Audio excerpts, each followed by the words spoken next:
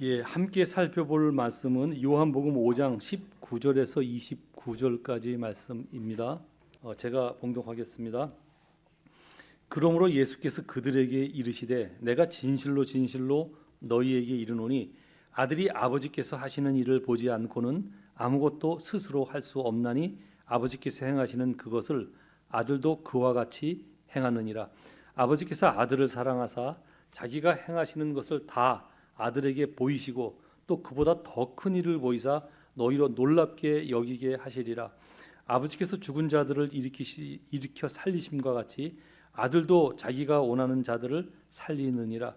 아버지께서 아무도 심판하지 아니하시고 심판을 다 아들에게 맡기셨으니 이는 모든 사람으로 아버지를 공경하는 것 같이 아들을 공경하게 하려 하심이라. 아들을 공경하지 아니하는 자는 그를 보내신 아버지도 공경하지 아니하느니라. 내가 진실로 진실로 너희에게 이르노니 내 말을 듣고 또 나 보내신 이를 믿는 자는 영생을 얻었고 심판에 이르지 아니하나니 사망에서 생명으로 옮겼느니라. 진실로 진실로 너희에게 이르노니 죽은 자들이 하나님의 아들의 음성을 들을 때가 오나니 곧 이때라. 듣는 자는 살아나리라. 아버지께서 자기 속에 생명이 있음 같이 아들에게도 생명을 주어 그 속에 있게 하셨고 또 인자됨으로 말미암아 심판하는 권한을 주셨느니라.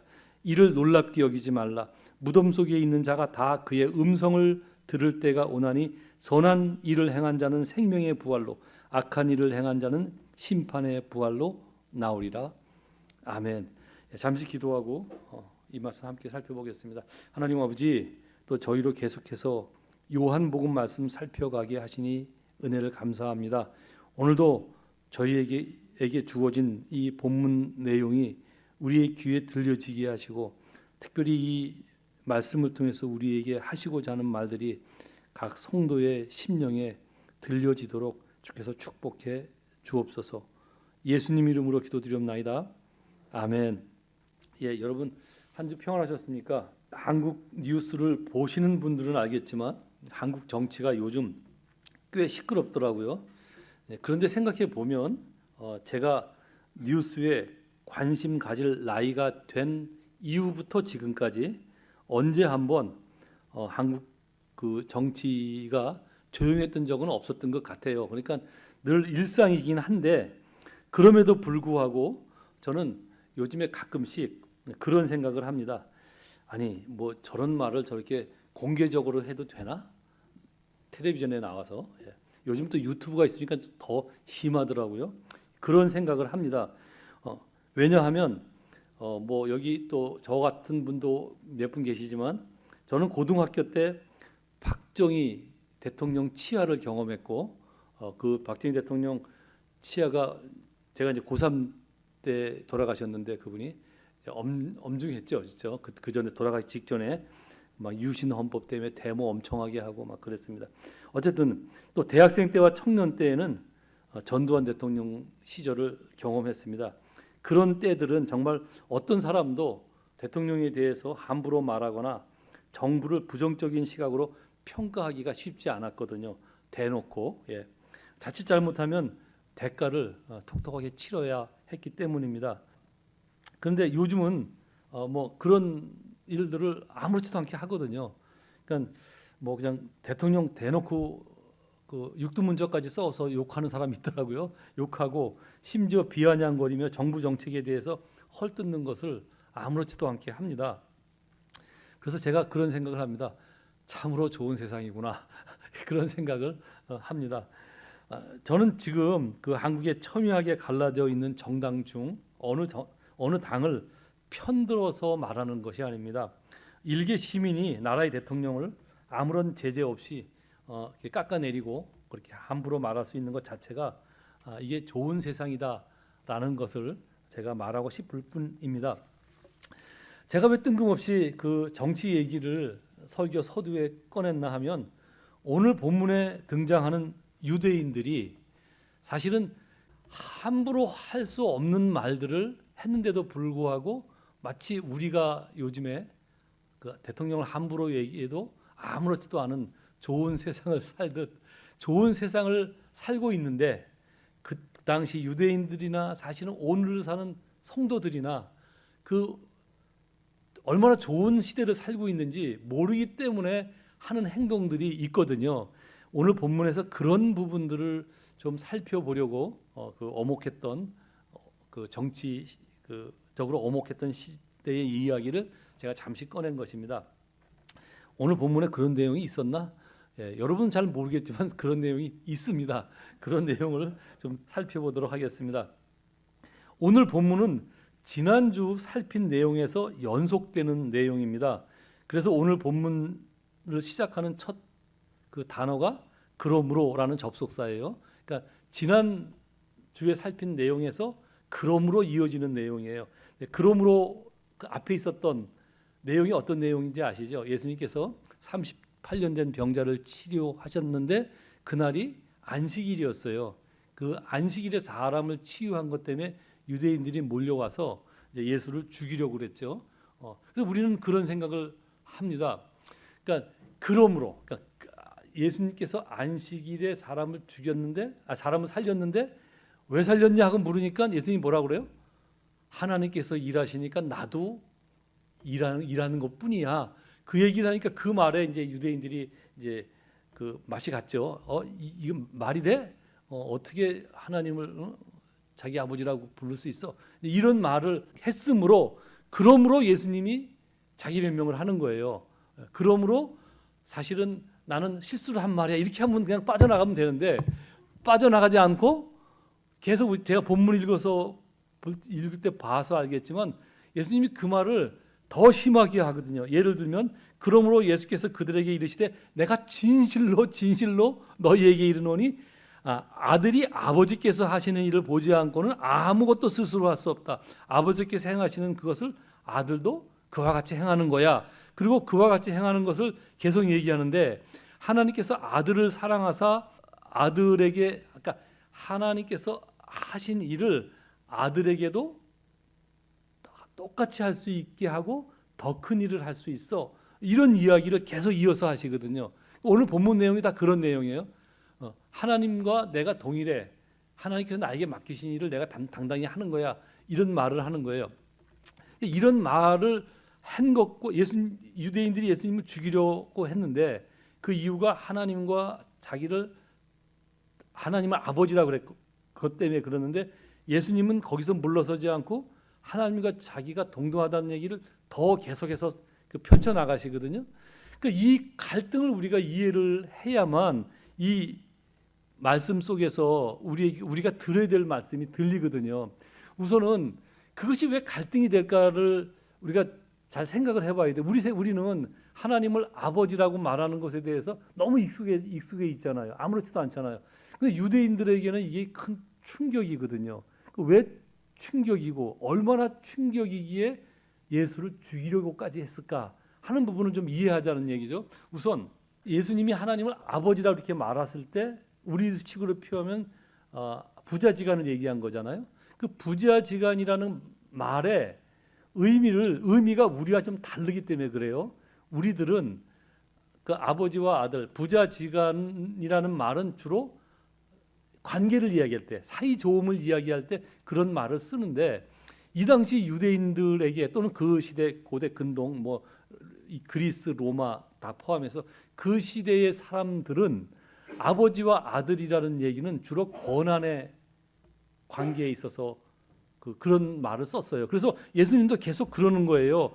아버지께서 하신 일을 나도 할 수 있고 그보다 더 큰 것도 아버지께서 나에게 주셨으므로 내가 할 수 있어 하는 이 얘기를 부활도 사람 살리는 것도 할 수 있고 생명도 아버지에게 생명이 있으므로 나에게도 생명을 줄 수 있는 능력이 있다는 얘기가 26절이잖아요.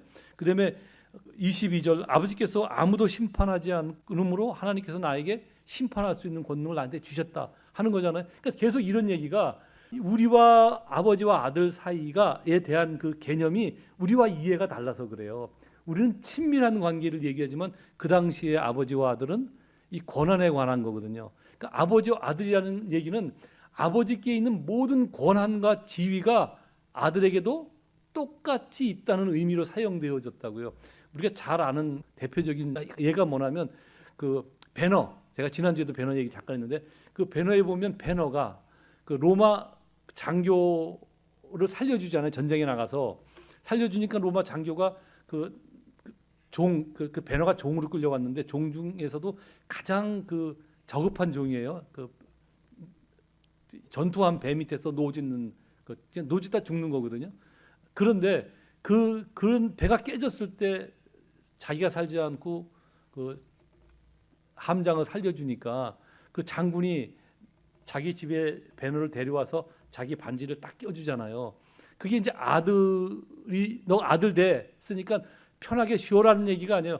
아버지가 갖고 있는 모든 권한이 너한테 있다는 얘기고 그 다음부터 아무도 못 건들잖아요.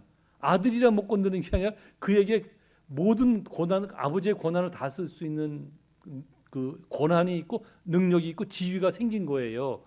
그러니까 그 당시는 그런 개념인데 이 듣보잡 청년이 나타나서 하나님을 아버지라고 그랬으니까 이거 말도 안 되는 얘기란 말이에요. 하나님과 너가 동등해? 내가 너 목수 아들인 거 다 아는데 이 차원에서 놀란 거고 또 하나 유대인들이 왜 그렇게 화들짝 놀랐나 하면 유대인들의 개념의 하나님은 굉장히 두려운 존재거든요.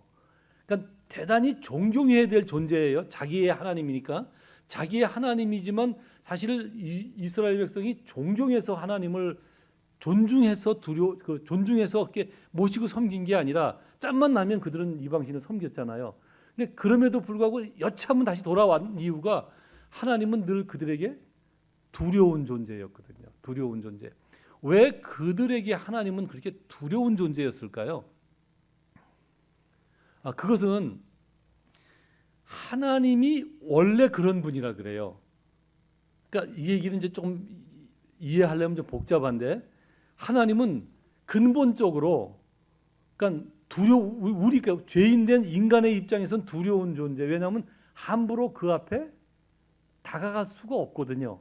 그러니까 하나님의 성격이 괴팍하고 뭐 그 성격이 우리식으로 얘기하면 좀 더러워서 까탈스러워서 자기만 알아서 이게 감히 뭐 이래서 그러는 게 아니라 본질 자체로 거룩하신 분이기 때문에 그 거룩하지 않은 것이 그 앞에 가서 견딜 수가 없단 말이에요.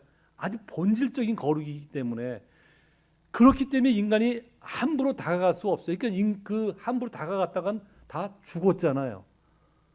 본질 자체로 거룩한 분이라 거룩지 않은 것이 그 앞에 가서는 죽었어요. 그런 것을 이스라엘 백성들은 너무 많이 경험적으로 봤단 말이에요.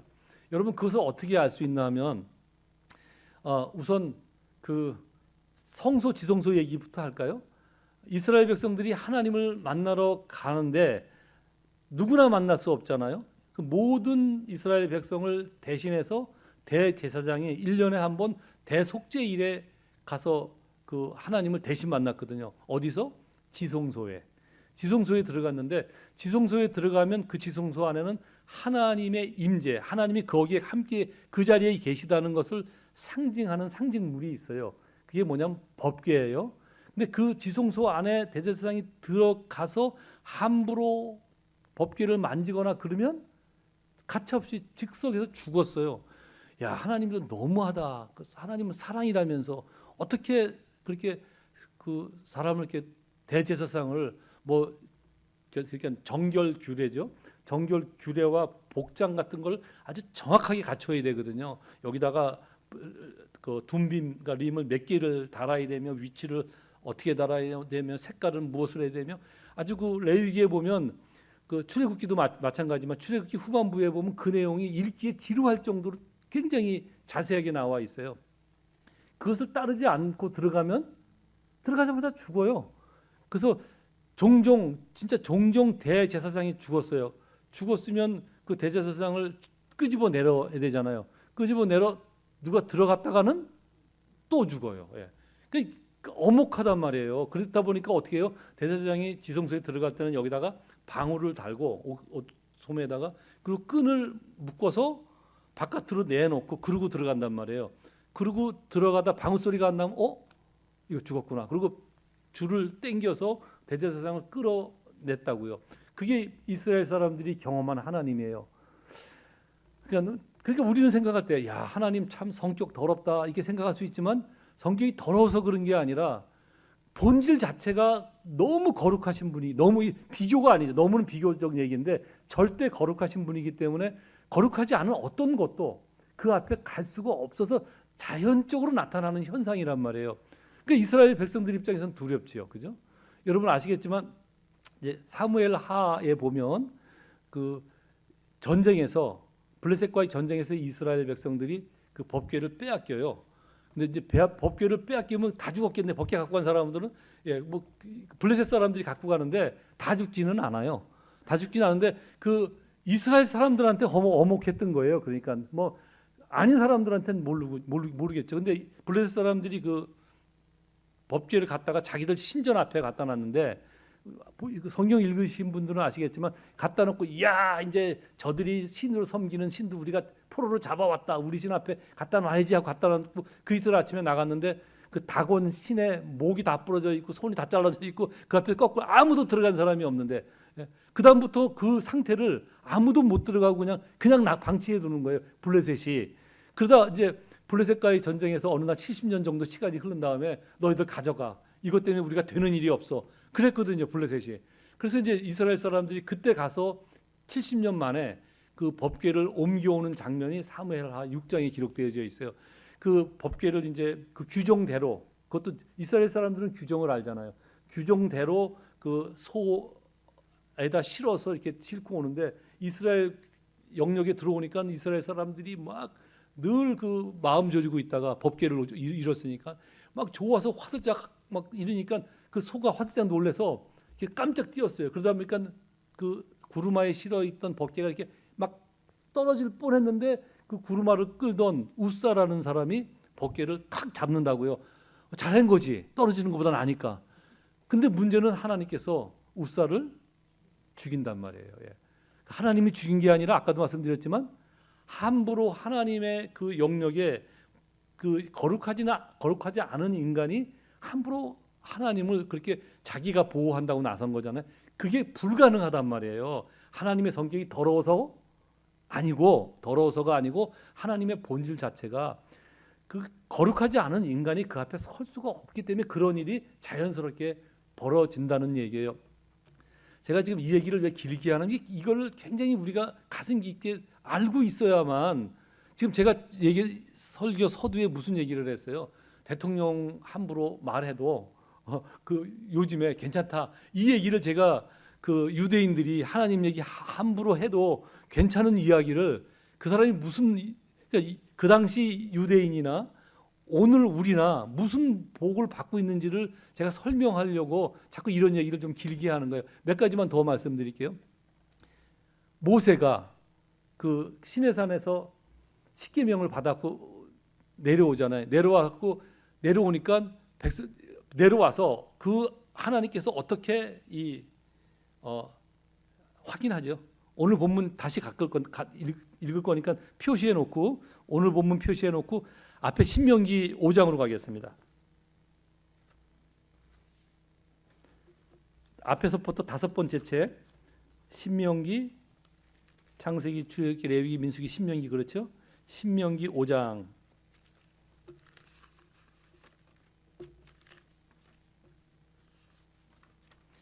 22절에서 27절까지 볼게요. 22절을 보십시오.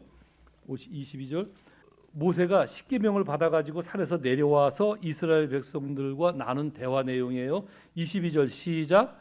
여호와께서 이 모든 말씀을 산 위, 불 가운데, 구름 가운데, 흑암 가운데서 큰 음성으로 너희 총회에 이르신 후에 더 말씀하지 아니하시고 그것을 두 돌판에 써서 내게 주셨느니라. 그러자 이스라엘 백성들이 자기들이 본 장면, 그러니까 모세는 자기가 경험한 얘기를 했는데 밑에서 기다리던 이스라엘 사람들은 자기가 본 경험을 얘기해요. 그 내용이 23절과 24절입니다. 두 절을 읽겠습니다. 23절 시작. 산이 불에 타며 캄캄한 가운데서 나오는 그 소리를 너희가 듣고 너희 지파의 수령과 장로들이 내게 나와 말하되 우리 하나님 여호와께서 그의 영광과 위엄을 우리에게 보이심에 불 가운데서 나오는 음성을 우리가 들었고 하나님이 사람과 말씀하시되 그 사람이 생존하는 것을 오늘 우리가 보았나이다. 무슨 얘기인지 아시죠? 모세가 거기 가서 막 어마어마하게 하나님의 음성이 들리고 막 받는 것 같았는데 그 하나님을 대한 사람 중에 살아있는 사람을 지금 내가 본다는 거예요. 그러니까 그 전에 깜짝 놀랄 일이에요. 하나님에 대하고 살아있는 사람이 없는데 지금 모세가 너가 살아있지 않느냐. 그리고 그 다음 내용을 보세요. 25절서부터 27절까지 시작. 이제 우리가 죽을 까닭이 무엇이니까? 이 큰 불이 우리를 삼킬 것이요 만일 우리가 우리 하나님 여호와의 음성을 다시 들으면 죽을 것이라. 육신을 가진 자로서 우리처럼 살아계시는 하나님의 음성이 불 가운데서 바람을 듣고 생존한 자가 누구니까?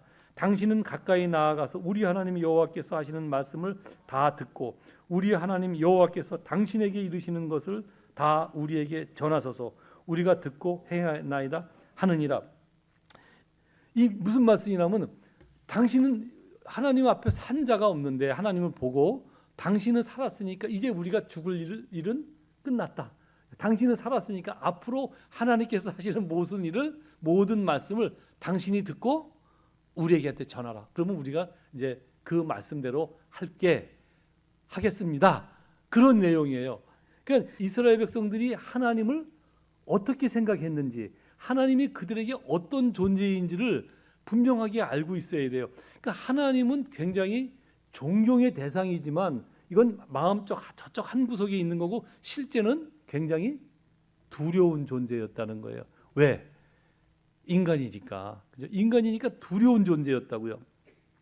그런데 감히 그 앞에 나가서 함부로 하나님을 보겠다는 말을 할 수도 없고 뭔가를 하려면 여러분 아시겠지만 하나님이라는 그 말 자체 하나님의 이름이 보통 한 30여 가지가 되는데 이스라엘 사람들이 그 주로 사용하는 하나님의 이름이 야훼, 우리로 말하면 여호와 하나님이라고요.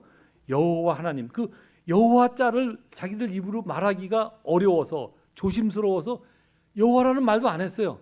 그리고 여호와라는 말을 할 때는 슬쩍 바꿔요. 마음에서 아도나이로 바꿔. 이건 이제 그냥 주라는 뜻인데 우리식으로 말하면 그분께서 이렇게 표현을 했거든요.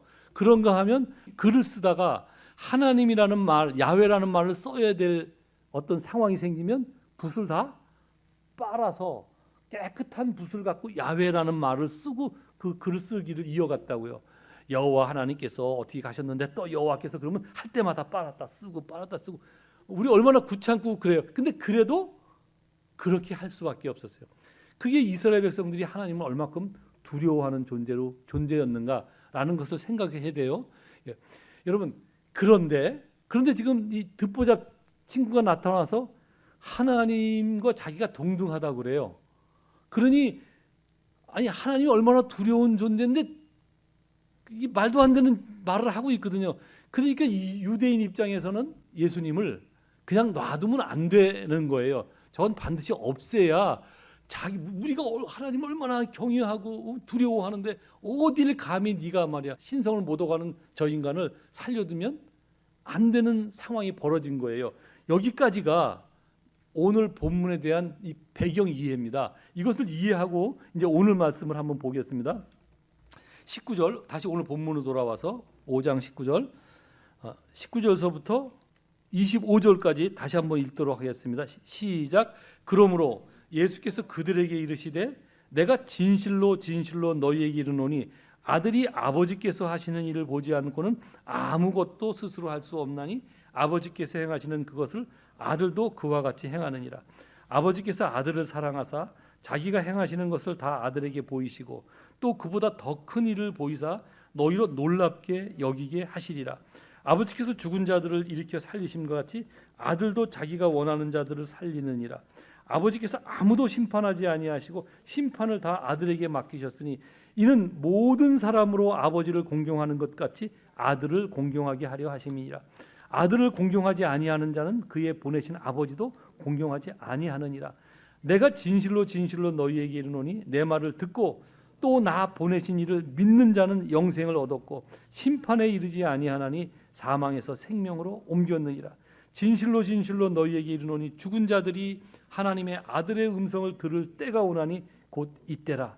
듣는 자는 살아나리라. 예, 여러분 여기 아주 우리가 좀 자주 들었던 유명한 구절이 있죠. 24절. 내가 진실로 너희에게 이르노니 내 말을 듣고 또 또 나 보내신 이를 믿는 자는 영생을 얻었고 심판에 이르지 아니하나니 사망에서 생명으로 옮겼느니라. 우리가 너무 잘 알죠. 주로 전도할 때 많이 이 구절을 사용하는데 사실은 애석하게도 이 구절이 그런 유명세 때문에 이 구절 뒤에 숨겨져 있는 풍성한 은혜를 우리가 놓칠 때가 많습니다. 여러분, 지금 읽으신 본문을 한번 생각해 보십시오. 그 내용이 계속 이런 말이죠. 내가 하나님과 똑같다. 하나님과 방불하니 나도 하나님이니 나를 믿는 자는 아버지를 믿는 것이고 아버지를 믿는 자는 마땅히 나를 믿어야 되는 거야. 그러면 살 수 있어. 이 얘기를 하는 것이거든요. 여러분, 이 논리가 사실은 우리는 너무 익숙해요. 그죠? 당연한 거지. 그랬는데 여러분 같이 이 신앙이 좋은 분이 아니라 조금 삐딱한 생각을 가진 저 같은 사람들 한번 조금만 삐딱하게 한번 생각해 보십시오. 좀 이상한 말이거든요. 왜냐하면 지금 예수님이 뭐라고 그래요? 하나님과 내가 동일해. 다 똑같아. 계속 이 말씀을 계속 강조하는데 여러분, 그렇다면 뭐하러 예수님이 오셨어요? 똑같으면 하나님이 다 하시면 되잖아. 멀리서 말씀으로 다 하시면 모든 게 얼마나 편하고 쉽고 그죠? 효과적입니까? 이스라엘 백성 하나님을 이렇게 두려워하는데 하나님이 촥 그냥 말씀으로 보이면 죽으니까 말씀으로 이렇게 해라 저렇게 해라. 여러분, 시내산에서 하나님이 말씀하실 때 조용하게 말씀하셔도 되잖아요. 모세만 들으면 되는데 왜 모세만 듣지 않고 보시면 알겠지만 하나님께서 막 구름을 옮겨오고 막 우레 같은 소리를 막 뭔 소리인지 못 알아듣지만 그 놀라운 그 환경을 만들어서 그 가운데 듣게 하셨거든요. 아니, 조용히 말씀하면 되지. 왜 그렇게 하시느냐고요. 왜? 그 말씀을 지금 이 현장에서 유대인들에게 하시면 훨씬 더 효과적인데 왜 예수를 보내셨느냐 말이에요. 왜 예수가 오셔서 내 말을 듣고 나 보내신 이를 믿는 자는 영생을 얻었고 심판에 이르지 아니하나니 사망에서 생명으로 옮겼느냐. 지금 유대인들이 이 말을 들어요, 안 들어요? 듣지도 않는데도 불구하고, 사실 우리 들으라고 하는 얘기거든요. 듣지도 않는데 지금 이 말을 계속해서 이게 하는 이유가 뭐냐고요.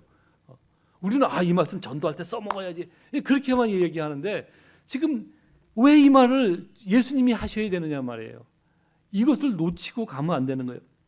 여러분, 그래서 가끔 우리들도 이런 생각을 할 때가 많습니다. 기도를 하나님께 드려야 되나 예수님께 드려야 되나, 그런 고민 안 하세요? 너무 믿음들이 좋네요. 저는 했거든요. 저는 여러분, 기도는 하나님께 해야 되는 것입니까? 예수님께 해야 되는 것입니까? 우리 일부 예배 성도님들이 되게 믿음이 좋은데도 아무도 대답을 않고 계시더라고요. 하나님께 드려야 됩니까? 예수님께 드려야 됩니까? 뭘 고민을 해요. 하나님께 드리는 거예요. 예수의 이름으로. 그죠? 예수의 같은 분이지만 그 위가 다르잖아요. 그죠? 위에 차별이 있다는 게 같은 위임에도 불구하고 역할이 있잖아요. 하나님께 드리고 예수의 이름으로 하나님께 드리는 거라고요. 그래서 어떤 사람들은요, 혹시라도 예수님 삐질까 봐 가끔씩 예수님께 기도를 드린다니까요. 진짜 있어요. 예. 우리 중에는 별 사람들이 다 있기 때문에 그런 분들 걱정하지 마세요. 예. 지금 본문에서 예수님과 하나님은 동일하신 분이라고 예수님께서 강조하시는데 그렇다면 왜 하나님 한 분으로 족하지 않고 예수님이 오셔야 되느냐 하는 것입니다. 바로 그 질문에 대한 해답이 22절에 나와 있습니다. 22절 보겠습니다. 시작. 아버지께서 아무도 심판하지 아니하시고 심판을 다 아들에게 맡기셨으니, 바로 그 부분 때문입니다. 이제는 하나님께서 심판하지 않는다는 얘기예요. 왜? 하나님 앞에 가면 다 죽잖아요.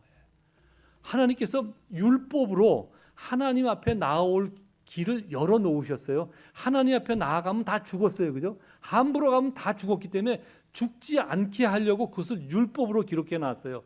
출애굽기 25장 이후에 그 모든 내용이 다 그 내용이고, 레위기 내용 얼마나 우리 읽기 어렵습니까? 그죠? 성경 읽다가 레위기에서 포기하는 분은 많잖아요. 그 복잡한 그 방법을 왜 자꾸 그렇게 열어놓으셨어요? 이스라엘 백성들 죽지 않게 하시려고. 예, 하나님 앞에 나올 때 거룩하고 흠없는 백성을 만들어서 하나님 앞에 나올 수 있도록 길을 열어놓으신 거라고요. 뭐로? 율법으로.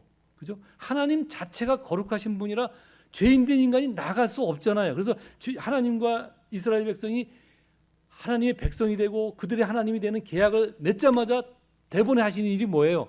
율법을 주셨잖아요.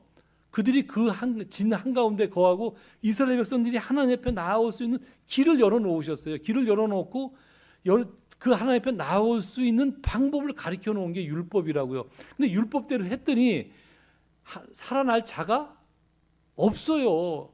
자세히 가르쳐 놨는데 인간이 어떻게 해도 그 앞에서 자꾸 죽더라는 거예요. 대제사장이 뭘 해도 가서 죽고. 자, 그러니 살아날 자가 없으니 하나님께서 새롭게 살 길을 열어놓으셨어요.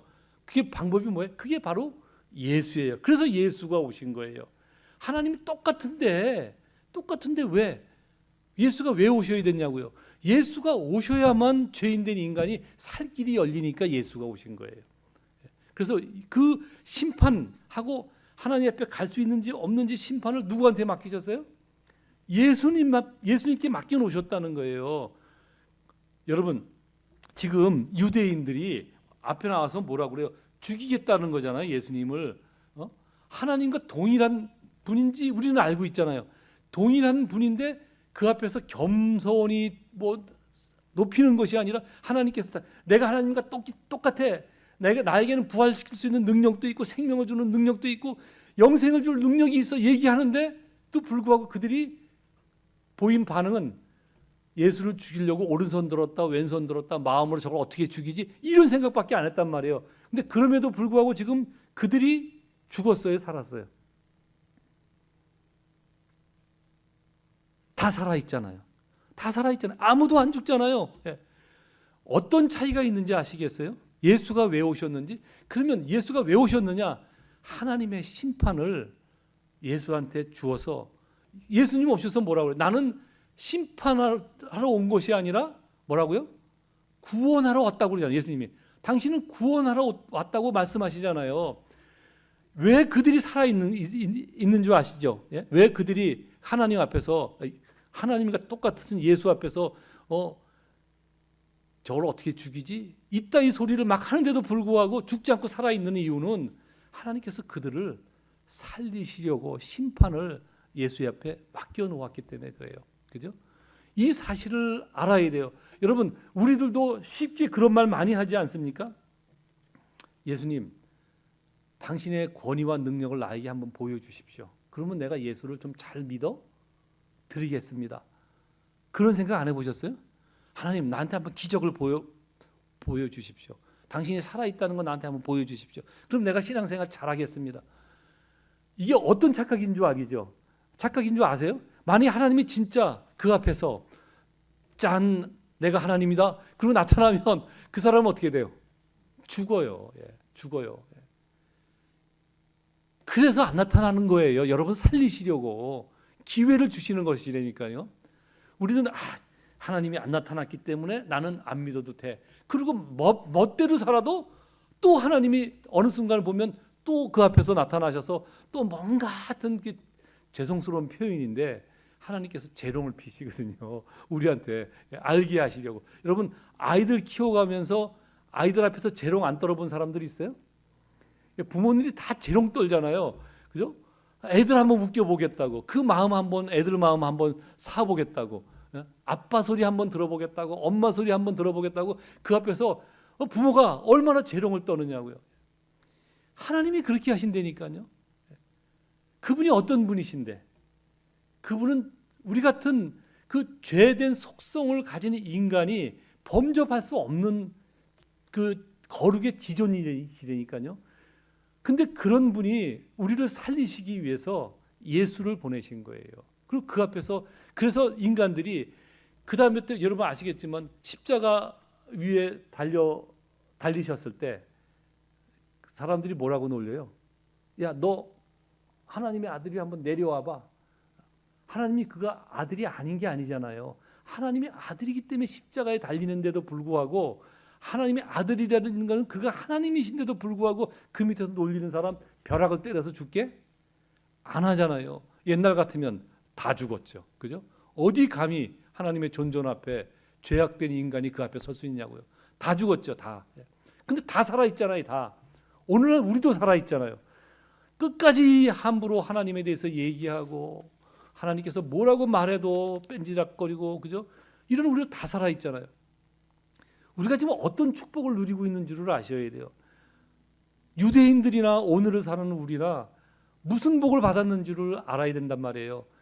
누구로부터? 예수로부터 받은 복이에요. 이것이 예수로부터 받은 복이라고요. 이 복을 많은 사람들이 못 누리고 살아요. 여러분, 우리 중에는 주변에는 사실 아직도 하나님이 안 믿어져서, 예수가 안 믿어져서, 그죠? 예수가 안 믿어지고 그가 우리를 위해서 죽으셨대, 뭐 이런 것이 안 믿어져서 미적미적 거리고 거리를 들고 사는 사람들이 많아요. 여러분, 그 사람들 보고 함부로 말하지 마세요. 어쩔 수 없어요. 예수님이 기다려 주시거든요. 그런 사람이나 우리나 다 방불했던 사람들이에요. 그죠? 근데 주님이 기다려 주셔서 뭐라고 말씀하셨어요? 요한복음 5장에 보면 내가 진실로 진실로 너희에게 이르노니 내 말을 듣고 또 나 보내신 이를 믿는 자는 영생을 얻었고 심판에 이르지 아니하나니 사망에서 생명으로 옮겼느니라. 진실로 진실로 너희에게 이르노니 죽은 자들이 하나님의 아들의 음성을 들을 때가 오노니 곧 이때라. 믿는 자는 살아나리라. 이때 지금 우리가 지금 이 사실은 뭐 나는 하나님을 알아 뭐 이렇게 말하고 있지만 우리조차도 얼마나 하나님을 아는 자답게 하나님을 믿는 자답게 사는 경우가 없습니까? 솔직히 안 그래요? 그렇잖아요. 하나님을 여러분 제가 그러잖아요. 뭐 성경에도 나와 있지만 뭘 말하면 산이 이렇게 옮겨지고 그런 게 사실 아니라고요. 기독교 신앙의 가장 큰 정점이 뭔지 아세요? 어느 환경에 있든지 어떤 곳에 있든지 하나님을 아는 자로서 반응하는 거예요. 제가 최근에 어떤 그 유튜브에서 쇼트로 나오는 쇼 맞죠? 그 잠깐 나오는 거기 어느 목사님이 설교하시는 내용을 하여튼 쇼트로 만들어 놓은 것을 봤어요. 근데 너무 제가 마음에 남아서 적어놨어요. 그분이 뭐라고 그러냐면 예를 들면 자기가 어디까지 하나님을 섬겨야 될지 이렇게 범위를 정하고 그 범위 내에서 신앙생활을 하면 그건 종교래요. 그건 종교고 내 의지와 상관없이 하나님께서 하라 하시면 하고 가라 하면 가고 그것이 신앙이래요. 그러니까 하나님이 진짜 하나님인 줄 알면 어떻게 감히 가는 범위를 내가 정할 수 있냔 말이에요. 그죠? 그게 신앙이라는 거예요. 근데 너무나 많은 성도들이 신앙생활을 하는 것이 아니라 다 종교생활을 한다는 거예요. 다 자기가 범위를 정하고 자기 선에서 적당히 하나님을 섬긴다는 거예요. 하나님이 누군데? 하나님이 어떤 분인데? 그런데도 불구하고 하나님 앞에서 죽어요, 살아요?